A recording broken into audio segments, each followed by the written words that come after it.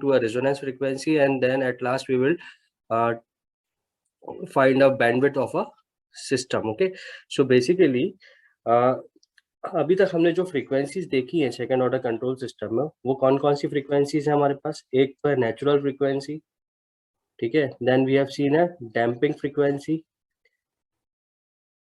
और लास्ट अब हमारे पास क्या आ रहा है? रेजोनेंस फ्रीक्वेंसी, ठीक है। इन तीनों के बीच में क्या डिफरेंस है उसको समझने की जरूरत है, ठीक है। सबसे पहले will discuss about the difference between these three type of frequencies. तो अगर हम नेचुरल फ्रीक्वेंसी की बात करें तो नेचुरल फ्रीक्वेंसी का मतलब क्या होता है?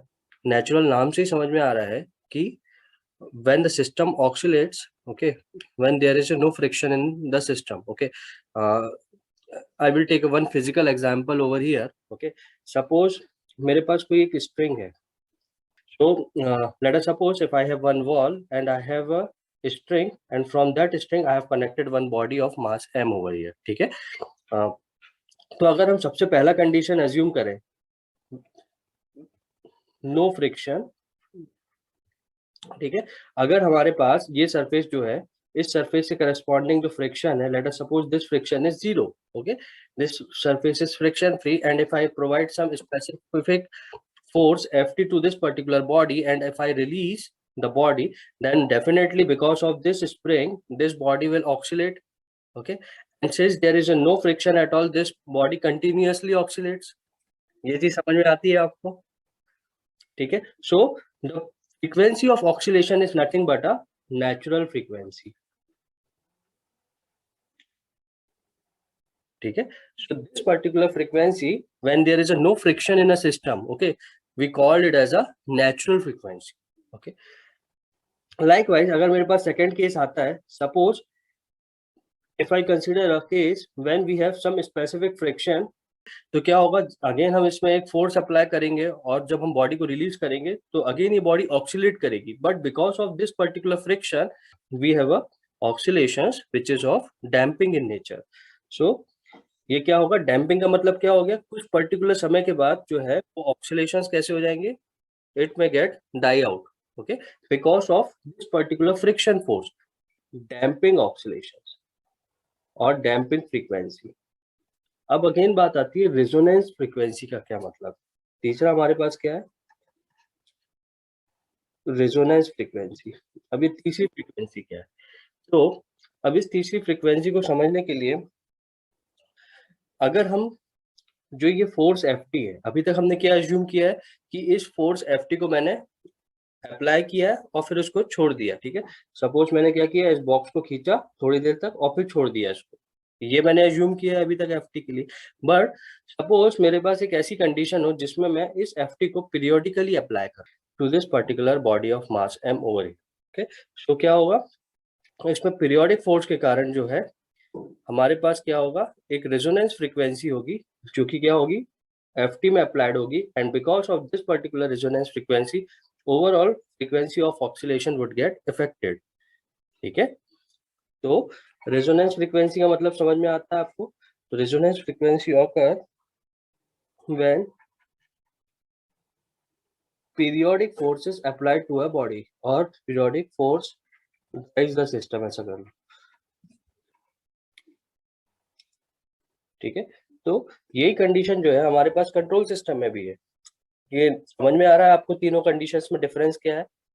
एक नेचुरल फ्रीक्वेंसी है, दूसरा डैम्पिंग है, तीसरा रेजोनेंस है, ठीक है। तो यही सेम कंडीशन हमारे कंट्रोल सिस्टम में। अगर हम कंट्रोल सिस्टम की बात करें तो जैसे ही हम अगर इसमें यूनिट स्टेप इनपुट देते हैं तो उसके करस्पॉन्डिंग क्या होगा? हमारा एक सिस्टम का बिहेवियर है जिसके कारण वो है नेचुरली ऑक्सीलेट करता है, उसको हम नेचुरल फ्रीक्वेंसी कहते हैं, ठीक है। कंपोनेंट्स में जो फ्रिक्शन होता है उन फ्रिक्शन और रेजिस्टेंसेस के कारण जो है सिस्टम में एक डैम्पिंग रेशियो क्रिएट होता है। उस डैम्पिंग के कारण क्या होता है? सिस्टम की फ्रीक्वेंसी और सिस्टम की ऑक्सीलेशंस जो है वो डाई आउट हो जाते हैं, ठीक है। तो उस पर्टिकुलर कंडीशन को हम क्या कहते हैं? डैम्पिंग सिस्टम, ठीक है। इसी तरीके से अगर मैं इनपुट जो है सिस्टम में पीरियोडिक दे रहा हूँ तो वो पीरियोडिक इनपुट के कारण जो है मेरे पास रेजोनेटिंग कंडीशन जनरेट होती है, और उसी को हम क्या कहते हैं? Resonance frequency.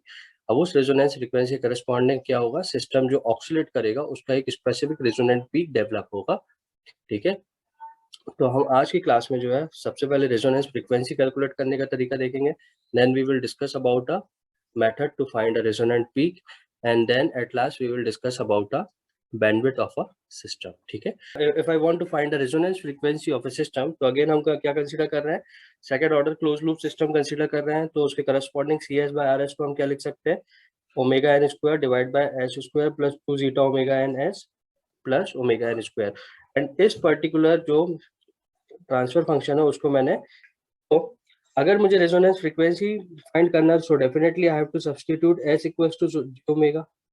ठीक है, सो ओमेगा क्या है हमारे पास, यहाँ पे फ्रीक्वेंसी रिप्रेजेंट कर रहा है। तो अगर मैं इसको रिप्रेजेंट करना चाहूँ तो ये क्या हो जाएगा, M times M of J omega which is equals to omega N square, this is J omega square plus 2 zeta omega N J omega plus omega N square. Okay, और इसको मैं सिंप्लीफाई करूंगा तो ये क्या हो जाएगा, ओमेगा एन स्क्वायर, ये ओमेगा एन स्क्वायर है और यहाँ पे क्या है, ओमेगा स्क्वायर है। ठीक है, ये जे के कारण क्या होगा, एक माइनस साइन बाहर आएगा।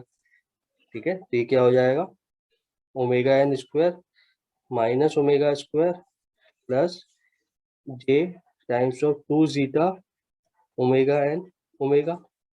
ठीक है, अब इस पूरी क्वांटिटी से लेट अस सपोज अगर मैं ओमेगा एन को बाहर ले लेता हूँ, ओमेगा एन को हम बाहर लेते हैं तो ये क्या हो जाएगा, ओमेगा एन स्क्वायर यहाँ पे आ गया बाहर, then we have left up with what, 1 minus omega square divide by omega N square plus J times of 2 zeta omega by omega N. ठीक है, ये आएगा एक्सप्रेशन मेरे पास। ठीक है, अब अगर मुझे एक बहुत फंडामेंटल सा फंडामेंटल सी बात बताओ कि अगर मेरे पास यहाँ पे क्या है, नेचुरल फ्रीक्वेंसी इसको हम कैसे रिप्रेजेंट कर रहे हैं, ओमेगा एन से, डैम्पिंग फ्रीक्वेंसी इसको हम कैसे रिप्रेजेंट कर रहे हैं, ओमेगा डी से। ठीक है, तो अगर मैं नेचुरल फ्रीक्वेंसी और डैम्पिंग फ्रीक्वेंसी की बात करूं तो इनमें से जो मैग्नीट्यूड है वो किस फ्रीक्वेंसी का ज्यादा होगा, इन सारी फ्रीक्वेंसीज में सबसे ज्यादा मैग्नीट्यूड किसका होगा, तो यहाँ पे जो है ओमेगा एन की वैल्यू जो है वो सबसे ज्यादा होगी। ठीक है, तो अगर आप इस एक्सप्रेशन को देखोगे तो इस एक्सप्रेशन से हम ओमेगा एन स्क्वायर को कैंसिल आउट कर सकते हैं। ठीक है, तो हमारे पास क्या बचेगा, 1 divide by 1 minus omega N square plus J times of 2 zeta omega by omega n, ये एक्सप्रेशन बचेगा हमारे पास final. So I am introducing one more symbol over here which is nothing but a you.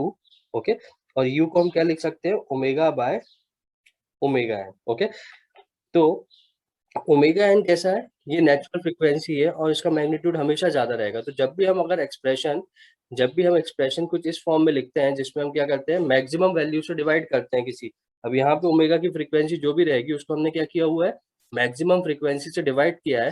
तो इस type के expression को हम क्या कहते हैं, नॉर्मलाइज्ड वैल्यू।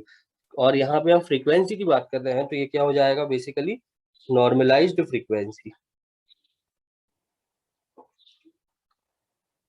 ठीक है, तो ये क्या हो गया, नॉर्मलाइज्ड फ्रीक्वेंसी। अगर मैं इसके करस्पॉन्डिंग इस पर्टिकुलर एक्सप्रेशन को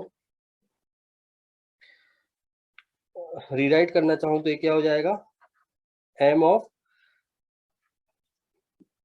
which is 1 divided by 1 minus, अब omega by omega n square is nothing but a u square plus j 2 zeta u, ये आएगा। अब ये पूरा का पूरा एक्सप्रेशन किस पे है, u डिपेंडेंट है। ठीक है, तो यहाँ पे ओमेगा की जगह मैं क्या करूंगा, u रिप्रेजेंट कर सकता हूँ।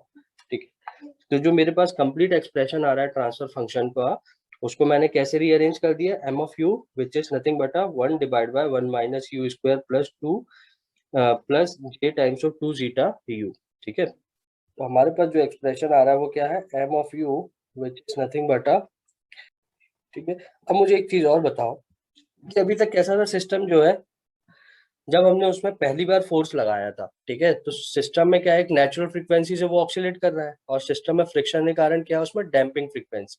बट अगर मैं उसमें रेजोनेंस फ्रीक्वेंसी की बात करूं, इसका मतलब क्या हो गया, मैंने उसमें जो फोर्स लगाया है वो कैसा है, पीरियोडिकली ऑक्सीलेटिंग फोर्स है। तो उस पीरियोडिकली ऑक्सीलेटिंग फोर्स के कारण क्या है, हमारे पास जो मैग्नीट्यूड है उस मैग्नीट्यूड की वैल्यू भी इंक्रीज होगी। जो भी हमारे पास ऑक्सीलेशंस आ रहे हैं उन ऑक्सीलेशंस के मैग्नीट्यूड की वैल्यू इंक्रीज होगी कि नहीं होगी। ठीक है, इसको आप इस तरीके से समझ लो कि सपोज आप सबने झूला झूला होगा। ठीक है, अगर आप झूले में बैठे हुए हो, ठीक है, आप झूले में बैठे हुए हो, आपको एक बार जो है एक पर्टिकुलर एंगल पे लाके छोड़ दिया जाए तो आप फ्रीली स्विंग करोगे। ठीक है, अगर आपके पास जो भी यहाँ पे स्प्रिंग कनेक्टेड है, ठीक है, अगर इसमें कुछ फोर्स है, इसमें कुछ फ्रिक्शनल फोर्स है, तो क्या होगा, ये झूले का जो स्विंग है वो कुछ समय के बाद कैसा हो जाएगा, बंद हो जाएगा। तो अगर इसका फ्रिक्शन 0 रहता है तब आप क्या होगा, फ्रीली स्विंग करोगे। उस फ्रीली स्विंग वैल्यू को हम क्या कहते हैं, नेचुरल फ्रीक्वेंसी ओमेगा एन।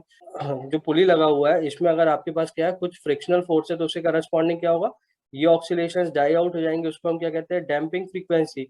ठीक है, बट सपोज अगर मैं आपको यहां से बैठ के पीरियोडिकली फोर्स अप्लाई कर रहा हूं, ठीक है, आप झूला झूल रहे हो और झूले में झूलते झूलते आपको क्या है, बीच बीच में पीरियोडिकली स्विंग देते जा रहे हैं, तो क्या होगा, इस पर्टिकुलर जो झूला है इसकी जो मैग्नीट्यूड है इसकी वैल्यू इंक्रीज होगी कि नहीं होगी, ये बात आप सब समझते हैं। ठीक है, तो इसके कारण क्या होगा, जो मेरे पास ओवरऑल मैग्नीट्यूड वैल्यू है उस मैग्नीट्यूड की वैल्यू क्या होगी, इंक्रीज होगी, और ये क्या है, एक स्पेसिफिक मैक्सिमम वैल्यू तक रीच करेगा। ठीक है, तो अगर मुझे ये रेजोनेंट फ्रीक्वेंसी कैलकुलेट करना है, let us suppose if I want to calculate this particular resonant frequency by which the system force is driving the particular system, then what we have to consider, we have to find a maximum magnitude of a system। ठीक है, तो omega r find करने के लिए हमको जो है condition वो क्या कंसिडर करना पड़ेगा, मैक्सिमम मैग्नीट्यूड। तो अगर मुझे इस पर्टिकुलर एक्सप्रेशन का मैग्नीट्यूड के फॉर्म में रिप्रेजेंट करना है तो ये क्या हो जाएगा, इसको मैं मॉड ऑफ एम यू के फॉर्म में रिप्रेजेंट कर सकता हूँ, और हम जानते हैं इसको हम किस तरीके से लिख सकते हैं, square root of 1 minus you square plus 4 zeta square you square.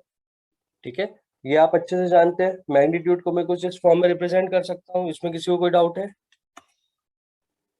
ठीक है, so this is a magnitude value. Now since we have to find what a resonant frequency omega r, तो resonant frequency omega r find करने के लिए हमको क्या करना पड़ेगा, del m u by del omega find करना पड़ेगा। Okay, and then we have to find a maximum value by substituting at equal to 0, so we would get what, omega equals to omega r। ठीक है, तो सबसे पहला term मेरे को क्या है, मुझे सबसे पहले इसको डिफरेंशिएट करना है करस्पॉन्डिंग टू u, यहाँ पे ओमेगा की जगह u है। ओके, सो सबसे पहले हमको क्या है, u के करस्पॉन्डिंग इसको सब्स्टिट्यूट करना पड़ेगा। Okay, then we will consider this particular values. मैं इसको फिर से लिख देता हूँ, कंफ्यूज ना हो। It is nothing but a minus time, अब देखो 2 1 minus you square into 2u plus 8 zeta square you. ठीक है, तो इसमें से मैंने क्या किया, u और ये 4 बाहर निकाल लिया, तो हमारे पास क्या बचेगा, minus times of 1 minus you square plus 2 zeta square. ठीक है, इन वैल्यूज को आप रीअरेंज करोगे तो ये क्या आ जाएगा, it comes out to be nothing but a U square which is 1 minus 2 zeta square. ठीक है, और u को हम क्या लिख सकते हैं, square root of 1 minus 2 zeta square. ठीक है, तो यहाँ तक ये एक्सप्रेशन समझ में आया। तो अगर आपके पास नॉर्मलाइज वैल्यू फाइंड करने की बात करी जाए, ठीक है, न्यूमेरिकल में आता है कि आपको नॉर्मलाइज वैल्यू फाइंड करना है, तो आप रेजोनेंस फ्रीक्वेंसी का ये एक्सप्रेशन यूज करोगे।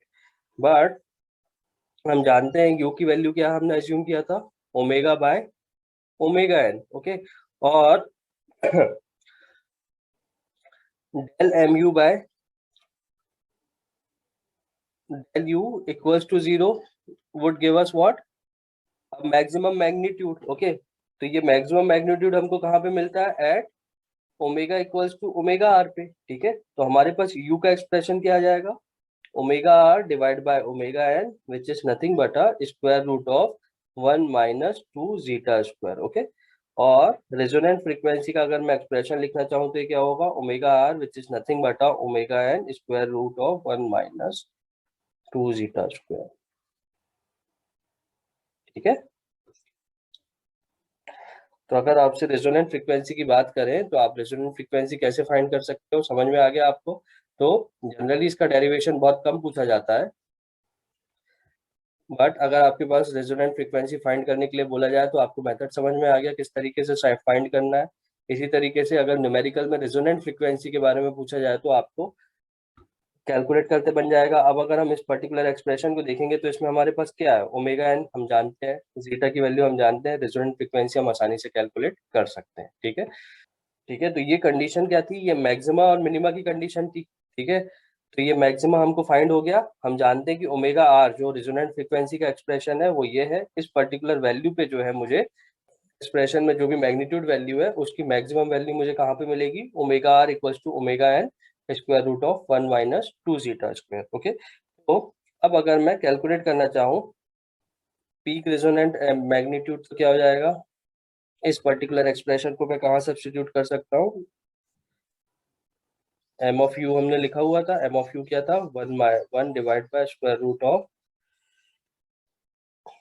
1 माइनस यू स्क्वायर का square plus 4 zeta 4 zeta square you square. Okay, 4 zeta square you square, ये हमने अभी इवेल्युएट किया हुआ था एम ऑफ यू। ठीक है, mod of m of u. ठीक है, इसको मैं कंसिडर कर लेता हूँ एम ऑफ आर। ठीक है, पीक एट रेजोनेंट फ्रीक्वेंसी, तो ओमेगा आर क्या हो जाएगा बेसिकली, अब इस यू की जगह हमको क्या सब्स्टिट्यूट करना है, अभी हमने फाइंड किया था u is nothing but square root of 1 minus 2 zeta square. ठीक है, तो इस u की जगह हम जो है इस पर्टिकुलर वैल्यू को सब्स्टिट्यूट करेंगे, so we left with what, 1 minus, अब u स्क्वायर है तो ये क्या हो जाएगा 1 प्लस 2 जीटा स्क्वायर हो जाएगा। ठीक है, प्लस 4 जीटा स्क्वायर, और u स्क्वायर का एक्सप्रेशन क्या हो जाएगा यहाँ पे 1 माइनस 2 जीटा स्क्वायर। ठीक है, सो 1 and 1 get cancelled out, we are left up with what, square root of 2 2s of 4 zeta to the power 4 plus 4 zeta square minus 4 2s are 8 zeta 4। Okay, तो अगर मैं रेजोनेंट पीक की बात करूं तो मेरे पास जो एक्सप्रेशन आएगा वो क्या है, 4 zeta square minus 4 zeta to the power 4। Okay, और इसको मैं और सिंप्लीफाई करूंगा तो ये क्या हो जाएगा, इसमें से 4 जीटा स्क्वायर बाहर निकाल लेंगे तो ये क्या हो जाएगा 2 zeta and square root 1 minus zeta square. तो जो मेरे पास मैग्नीट्यूड वैल्यू है, ठीक है, at resonant peak the magnitude value is nothing but 1 divide by 2 zeta square root of 1 minus zeta square. ठीक है, तो ये क्या हो गया, magnitude at resonant frequency. Okay, तो अगर मैं अब इस पर्टिकुलर मैग्नीट्यूड को, जिसको हम एम आर है, ठीक है, इस एम आर को हम क्या लिख सकते हैं basically, mod of m u लिख सकते हैं। ठीक है, तो अगर मैं इसको प्लॉट करना चाहता हूँ, ठीक है, so this is what mod of m u, this is u over here. ठीक है, तो अगर हम इसको प्लॉट करना चाहें तो देखो, अगर मैं जीटा की वैल्यू 0 सब्स्टिट्यूट करता हूँ मॉड ऑफ एम यू में, ठीक है, तो ये एक्सप्रेशन क्या आएगा बेसिकली आपको, इट इज नथिंग बट 1। ठीक है, तो मॉड ऑफ एम यू का वैल्यू क्या आएगा 1 आएगा। ठीक है, और ये वैल्यू क्या होगा, इंक्रीज होगा and it reaches to a peak value, then it die out and then it will move on। तो अगर हम इसको देखेंगे कुछ इस तरीके से आएगा, तो m इक्वल्स टू 0 पे, एम यू इक्वल्स टू 0 पे क्या आ रहा है, इसके वैल्यू मैक्सिमम वैल्यू 1 आ रहा है। ठीक है, अगर हम u की वैल्यू 0 सब्स्टिट्यूट करते हैं तो यहाँ पे क्या आ रहा है 1 आएगा बेसिकली, और इसकी मैक्सिमम वैल्यू कहाँ पे हमको मिल रही है, एट ओमेगा आर। ठीक है, या तो आप इसको ये समझ लो, don't confuse it with, so u हमने क्या लिखा था ओमेगा बाय ओमेगा एन, तो इसकी मैक्सिमम वैल्यू कहाँ पे मिलेगी, omega r by omega n पे मिलेगी। ठीक है, और ठीक है, इसका मैग्नीट्यूड कितना है अभी हमने इवेल्युएट किया, it is nothing but a mr। तो अब अगर हमारे पास मैग्नीट्यूड वैल्यू है यहाँ पे और we have represented in terms of frequency, तो हम इधर से बैंडविड्थ फाइंड कर सकते हैं, हम बैंडविड्थ फाइंड कर सकते हैं। So basically we consider what a 3 dB bandwidth, we have to consider what a frequency correspond to a 3 dB magnitude। Okay, तो हमारे पास m इक्वल्स टू 0 पे क्या आ रहा है, 1 आ रहा है, तो हमको क्या कंसीडर करना पड़ेगा, जहां पे भी ये मैक्सिमम मैग्नीट्यूड की वैल्यू क्या है, 1/√2 होता है, 1/√2 ऑफ m ऑफ 0। ठीक है, we have to consider this particular magnitude value or I can simply consider it as a, तो अगर मुझे बैंडविड्थ फाइंड करना है तो मुझे क्या करना पड़ेगा, ये मेरा मैग्नीट्यूड का एक्सप्रेशन है, इस मैग्नीट्यूड के एक्सप्रेशन में हम क्या सब्स्टिट्यूट करेंगे, suppose at this particular point our system response would reaches to a 3 dB value of m of 0। Okay, 3 dB value of magnitude m of 0। Okay, so if I want to find a frequency ub, okay, और ub को हम क्या लिख सकते हैं, omega b by omega n। Okay, और अगर आप ऑब्जर्व करोगे तो ये क्या एक्सप्रेशन है, ये u की वैल्यू 0 है, इसका मतलब 0 से b बैंडविड्थ क्या होता है बेसिकली, और हमारे पास जो मैक्सिमम वैल्यू मिल रहा है वो क्या है, omega b by omega n। Okay, and we have represented with a normalized value u of p over here. तो ठीक है, बैंडविड्थ हमारे पास बेसिकली क्या हो जाएगा, ये higher frequency minus lower frequency, so bandwidth is nothing but a ub minus 0, और I simply consider the bandwidth as nothing but a UB, और UB को हमने किस तरीके से नॉर्मलाइज किया, omega b by omega n। Okay, तो bandwidth is nothing but a omega b। Okay, in terms of radians per second the bandwidth value is nothing but a omega b। ठीक है, और इसको फ्रीक्वेंसी में आप आसानी से कन्वर्ट कर सकते हो बैंडविड्थ को। तो अगर मैं मैग्नीट्यूड का एक्सप्रेशन कंसीडर करता हूँ, ठीक है, तो मुझे मैग्नीट्यूड क्या होना चाहिए, m at ub is nothing but a 1 by square root times of m of 0। तो इस पर्टिकुलर कंडीशन में यूबी की वैल्यू जो भी आएगी उसके करस्पॉन्डिंग में बैंडविड्थ इवैल्यूएट कर सकता हूँ। तो हमारे पास जो एक्सप्रेशन होगा वो क्या हो जाएगा, basically 1 minus u b square plus 4 zeta square u b square. Okay, which is nothing but a 1/√2। ठीक है, तो अब यहाँ पे दोनों तरफ स्क्वायर है, तो if I square both side, left hand side and right hand side, if I take a square, then we left up with what, 1 minus u square b square ub square whole square plus 4 zeta square ub whole square equals to 2। ठीक है, तो अगर आप इसको observe करोगे तो ये आपके पास एक क्वाड्रेटिक इक्वेशन के फॉर्म में आएगा। इसको मैं फर्दर एक्सपेंड करता हूँ तो ये क्या हो जाएगा, 1 plus ub to the power 4 minus 2 u square b square. ठीक है, a minus b whole square का फॉर्मूला लगाया मैंने यहाँ पे simply, plus 4 zeta square u b whole square equals to 2।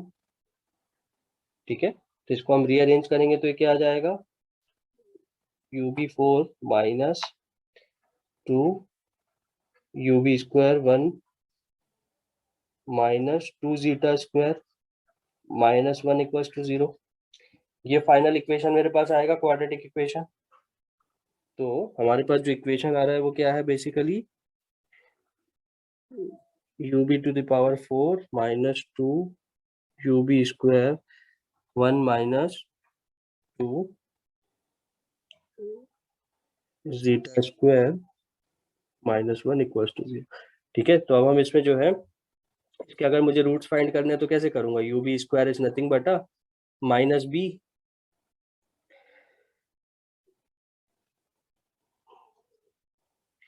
Plus minus root over b square minus 4ac। Okay, तो b square क्या हो जाएगा, 4 1 minus 2 zeta square minus 4 a और c। ओके, तो minus and minus would get become a plus and we are left with a 2a। ठीक है, तो यहाँ तक आएगा। अगर मैं इसमें से देखूं, अगर मैं यहाँ से 4 out, if I take a 4 out from this particular expression, तो स्क्वायर रूट से आने के बाद यहाँ क्या हो जाएगा 2, और ये 2 मिला के क्या होगा, इससे कैंसिल हो जाएगा। ठीक है, so we are left with what, minus times of 1 minus 2 zeta square अब देखो, हम इधर पे नेगेटिव साइन को अगर नेग्लेक्ट करते हैं, ठीक है, तो ये क्या हो जाएगा, plus square root of 1 minus 2 zeta square whole square plus 1. Okay, so this is the expression of u v square. ठीक है, इसको और सिंप्लीफाई करें तो ये क्या हो जाएगा,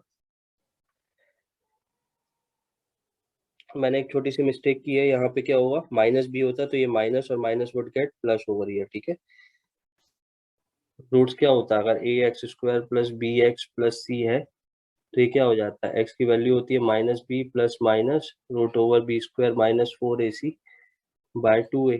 ठीक है, तो बेसिकली माइनस बी है, इसलिए माइनस माइनस प्लस हो जाएगा. ठीक है, तो ये क्या हो जाएगा, 2 zeta square plus square root of, अगर मैं इसको एक्सपेंड करता हूँ तो क्या होगा, 1 plus 4 zeta to the power 4 minus 4 zeta square plus 1. ठीक है, तो अगर मैं बैंडविड्थ की बात करूंगा तो बैंडविड्थ क्या है, यूबी. ठीक है, तो मुझे क्या करना पड़ेगा, इसका भी स्क्वायर रूट कंसीडर करना पड़ेगा. तो ये क्या हो गया, 1 minus 2 zeta square plus square root of 1 plus 4 zeta to the power 4. this one and this one makes it to 2 minus 4 zeta square to the power 1/2. ठीक है, तो ये जो है ये यूबी का एक्सप्रेशन होता है, और हम जानते हैं यूबी क्या होता है, basically it is nothing but omega b by omega n. Okay, so omega b, which is a 3 dB bandwidth, it is nothing but omega n 1 minus 2 zeta square plus square root of 2 plus 4 zeta to the power 4 minus 4 zeta square 1 month. ठीक है, so this is the expression for bandwidth. Okay, so in the question, if you have been asked to find a bandwidth of a system, then you have to consider this particular expression. Okay, actual में आपके दिमाग में question आना चाहिए था कि हमने यहाँ पे पॉजिटिव क्यों लिया है, नेगेटिव क्यों नहीं लिया. बैंडविड्थ हम हमेशा कैसे चाहेंगे, हम मैक्सिमम बैंडविड्थ की बात करेंगे. ठीक है, अगर चैनल को सिस्टम से कंपेयर करेंगे तो यहाँ पे हमको क्या करना है, बैंडविड्थ की एक्सप्रेशन को, बैंडविड्थ की वैल्यू को मैक्सिमाइज करना है. ठीक है, तो मैक्सिमाइज कैसा होगा, जब हम प्लस साइन कंसिडर करेंगे. अगर हम माइनस साइन कंसिडर करेंगे तो डेफिनेटली दिस पर्टिकुलर एक्सप्रेशन इससे इसकी कुछ वैल्यू को कम करेगा. ठीक है, तो अगर हम 3 dB बैंडविड्थ की बात करेंगे तो 3 dB बैंडविड्थ जो है उसका एक्सप्रेशन जो होता है वो कुछ इस तरीके से हम इवेल्युएट करते हैं. ठीक है, तो it is nothing but omega b equals to omega है 1 minus 2 zeta square plus square root of 2 zeta to the power 4 minus 4 zeta square 1/2. Okay,